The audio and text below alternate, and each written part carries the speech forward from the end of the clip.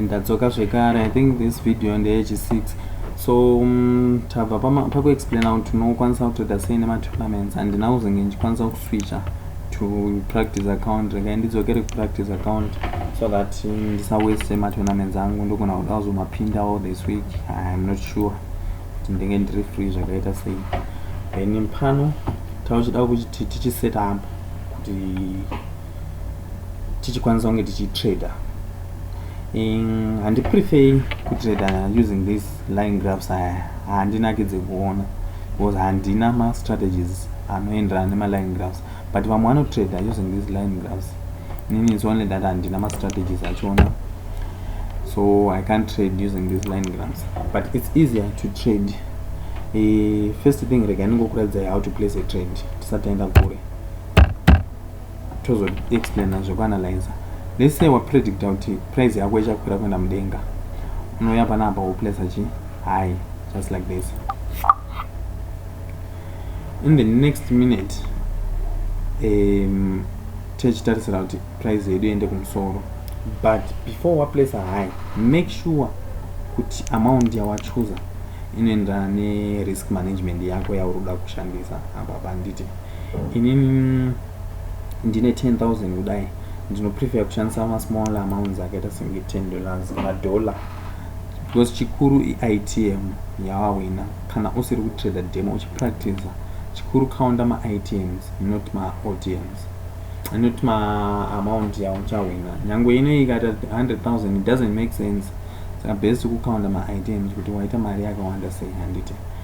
So apapa unochiselect amount yako ichienderana nemari yako. Kana une balance ya $100 maaccount mako kuriu kunoku, une balance ya $100, let's say wakutrader riu, unofanira kuita risk management inemusoro. Ndichazo explain about that later. Then apapa unenge wakuisawo kana $10, then wochoose time yaurikuda, expiration time. Apa nangoplacer automatically yakatosetwa to 1 minute handiti. So iwewe unokwanisa kuswitcha, this is 1 minute ish. Okay, before taenda kure this trade ndagoplace randomly rabva rawina, result yachona ndei profit ye $7 yabva yatoedderwa uku kunoku kutrading history, notobva watoona kuti ndaita profit handiti. Then let's say uri kupredicta kuti in the next minute price ichadzika kuzasi, nongoti put nepanapa kuitira kuti price painodzika kuzasi, like now ndatova muprofit ye $7.80, ikaramba iri muprofit ye $7.80 for the next 26 seconds zvichingodero, dzikapera ndiri kuzasi kunoku ndinenge ndawina, but dzikapera ndiri kumusoro kunoku ndenge ndadyiwa. Saka ndokutrader kwachona kungopredicta chete kuti either price ichaenda kumusoro kwe-this line kana kuti kuzasi kwe-this line. This line rauya pandaplace trade yangu, pandaclicka paya this line ndoparabva raina. So this trade futi ndaiwina, mari yachona inenge ichiedwa kuaccount uko, yabva yatoedwa amount yangu yatova pa$15. So that's why ndanjiti munofanira kungoconsider kana uchipractice, consider ma-ITMs. Kunoku ndatova ne2 ma-ITMs already, right?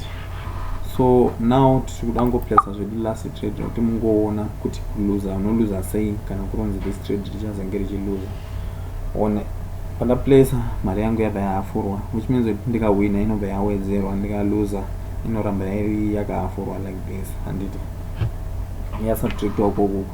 Then kunoku taona kuti time period, sorry handina kuzenge ndayapedza kuexplain about this time period. Unokwanisa kuselecta kuti uda ma-minutes mangani for this pay, ukaselecta kuti uda 2 minutes expiration, unokwanisa kuselecta kuti uda 3 minutes expiration, unokwanisa kuselecta kuti uda 4 minutes expiration. Tarisisai apa kana tichiti 4 minutes inenge yakati 3 plus 26 seconds. Why yakadero? This trade rawina futi sezvamuri kuona. Why yakadero? Because the last 30 seconds dzinenge dzava in red, hadzisiri in white, dzinenge dzava in red, ndodzekuexpire kwetrade. Hauchakwanisi kuita anything from the last 30 seconds idzodzo. Haukwanisi kuplace kuedder on top of this trade at the last 30 seconds, saka havanzi edder kunoku. So always know kuti kana panapa akanyora time kune mamwe ma-seconds achazonge aripo achizobuda later. So taona kuti kana usati waplace trade unofanira select time, unofanira select amount, and make sure kuti profit yako ine musoro.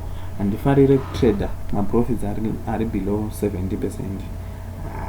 Haasi necessary kutrader, and unofarira 70 zvichienda kumusoro. Then abamba it's core kana turi kushandisa mobile app neput kana turi kushandisa Android app. Kana uri kufollowa masignals angu inenge iri put. This red button zvinoreva put, this green button zvinoreva call. I think for now makuziva how to place a trade. Kungoclicka apa kana apa, zvidependa nekuti prediction yako iri kupi.